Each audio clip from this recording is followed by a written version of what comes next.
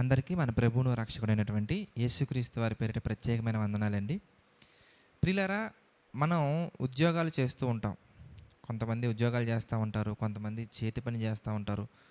What ever it is, మనం పని చేసిన తర్వాత మన పనికి తగినటువంటి జీతం అనేది ఎలా ఉంటుందయ్యా అంటే, మనం చేసినటువంటి కష్టాన్ని బట్టి వాళ్ళు డిఫైన్ చేసి ఇస్తూ ఉంటారు. అంటే ఒక 1 మంత్ కష్టపడ్డాం అనుకోండి, మంత్లీ బేసిస్ మీద శాలరీ తీసుకునేవారు. అంటే ఒక 1 మంత్ మనం కష్టపడితే 10,000, 15,000. అంటే అక్కడ ఉన్నటువంటి వర్క్ బట్టి కొంతమందికి 1,00,000 వరకు కూడా వచ్చే అవకాశాలనే ఉంటాయి. అంటే నెలకి 10,000 నుండి ₹1,00,000 మనం సంపాదించాలంటే నెలంతా కష్టపడాలి. కొంతమంది రోజంతా కష్టపడాలి. మనం పనిలో జాయిన్ అయిపోయిన వెంటనే ఏదో జస్ట్ లైక్ దట్గా చేసిన వెంటనే మనకి ఎవరు కూడా జీతం ఇవ్వరండి. 25 రోజులు పని చేసాం, మిగిలిన 5 రోజులు పని చేయలేదు. కొన్ని చోట్లయితే ఈ 25 డేస్ మన కష్టాన్ని కూడా వాళ్ళు ఇవ్వకుండా వాళ్ళే దోచుకుంటారు. అంటే ఈ లోకంలో మనం చేసినటువంటి పనికి ప్రతిఫలం లేదంటే కనుక జీతం అనేది కొంత టైం వరకు మనం వెయిట్ చేస్తేనే మనకు వస్తుందండి. కానీ దేవుని యొక్క విషయంలో మనం ఆలోచించినట్లయితేనండి, మత్తయి సువార్తలో ఒక చక్కటి విషయం మనకు కనబడుతుంది. మనం చూద్దామండి.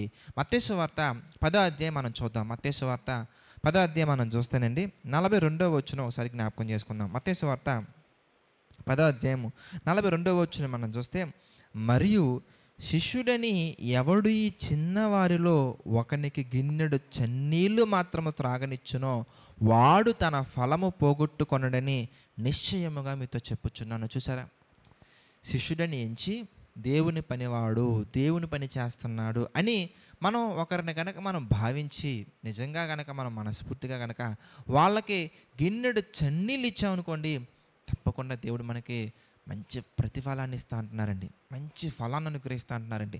చూసారంటే దేవుని విషయంలో మనం కొండలు తవ్వాల్సిన అవసరం లేదండి. దేవుని విషయంలో మనం బండలు అరగదీయాల్సిన అవసరం లేదండి. దేవుని విషయంలో మనం చిన్న పని చేసినా కానీ అది చరిత్రలో నిలిచిపోయేంత గొప్పగా దేవుడు దానిని ఎంచి మనకి గొప్ప ఫలాన్ని అనుగ్రహిస్తారండి.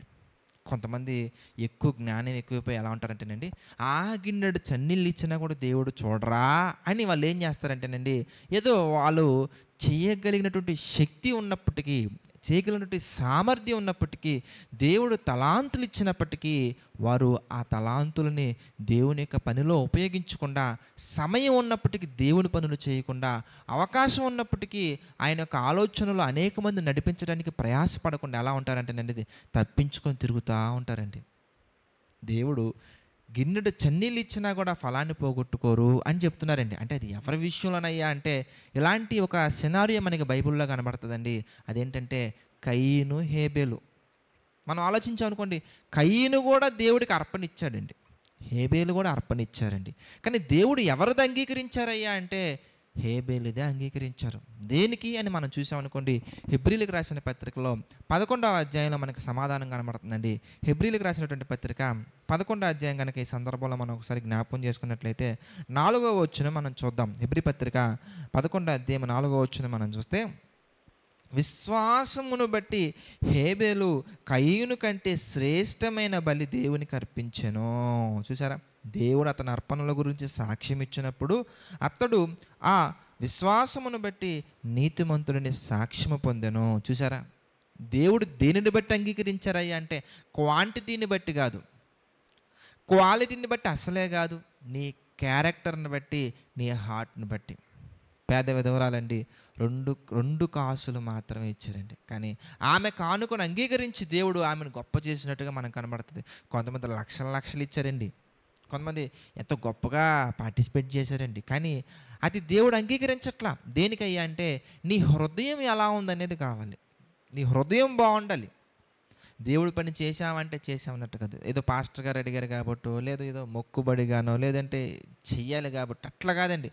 మనస్ఫూర్తిగా దేవుని పని విషయంలో మనం పార్టిసిపేట్ చేయగలగాలి.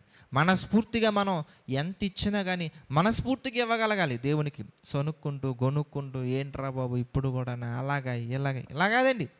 నీ హృదయాన్ని దేవుడు చూస్తున్నారు కాబట్టి నువ్వు ఎలాంటి ఉద్దేశంతో దేవుని కార్యక్రమాల్లో పార్టిసిపేట్ చేస్తున్నావు, ఎలాంటి ఉద్దేశాలతో దేవుని యొక్క పనిలో పార్టిసిపేట్ చేస్తున్నావు ఆలోచించాలి. మనం ఇచ్చే అమౌంట్ బట్టి కాదండి, మన క్యారెక్టర్ ఎంత బాగుందనేది దాన్ని బట్టి మన కానుకలు దేవుడు అంగీకరిస్తారా లేదనేది డిపెండ్ అయి ఉంటుంది. కాబట్టి దేవుని కొరకు ఏ పని చేసినా, అది చిన్న పని అవ్వచ్చు, పెద్ద పని అవ్వచ్చు, నీ చేతికి వచ్చినటువంటి ఏ పనైనా కానీ శక్తి లోపం లేకుండా చేయండి. పూర్ణ హృదయంతో, పూర్ణ మనస్సుతో, పూర్ణ బలముతో, పూర్ణ ఆత్మతో, పూర్ణ అంగీకారంతో చేయండి. దేవుడు తప్పకుండా పరిపూర్ణుడు గనక ఆయన పరిపూర్ణమైనటువంటి ఈవులను మనకు అనుగ్రహించి ఆయన నిత్య జీవానికి మనల్ని తీసుకెళ్తారు. ప్రార్థన చేసుకుందాం. దయచేసి ప్రతి ఒక్కరు కూడా ప్రార్థనలు ఏకీభవించండి. ప్రార్థన. ప్రేమగల తండ్రి, దయగల దేవ, పరిశుద్ధుర, మహోన్నతుడ తండ్రి, ఎన్నో లోతైన విషయాలు మాతో మాట్లాడుతూ మీ చిత్త ప్రకారంగా నడిపిస్తున్నందుకు కృతజ్ఞతాస్తుతులు చెల్లించుకున్నాం తండ్రి. మీ ఆలోచన చొప్పున నడిపిస్తున్నారు. ఈ డివోషన్స్ ద్వారా తండ్రి మాతో మాట్లాడుతూ మా హృదయాలను మా తండ్రి బలపరుస్తూ మీ కృపలో మా తండ్రి నిండుగా వర్ధిల్లే విధంగా సహాయం చేస్తున్నారు తండ్రి. ప్రభా, ఈ యొక్క వీడియోస్ని తండ్రి, డివోషన్స్ని తండ్రి ఎంతమందితో షేర్ చేస్తున్నారో ప్రభా, షేర్ చేస్తున్న ప్రతి కుమారుని, ప్రతి కుమార్తెను తండ్రి మీ చిత్త ప్రకారంగా జ్ఞాపకం చేసుకోండి.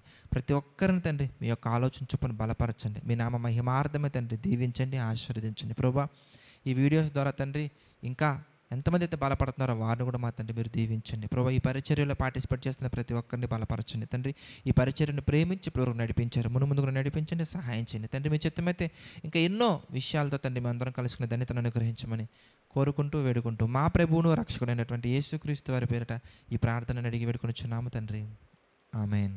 అందరికీ వందనాలండి. God bless you all.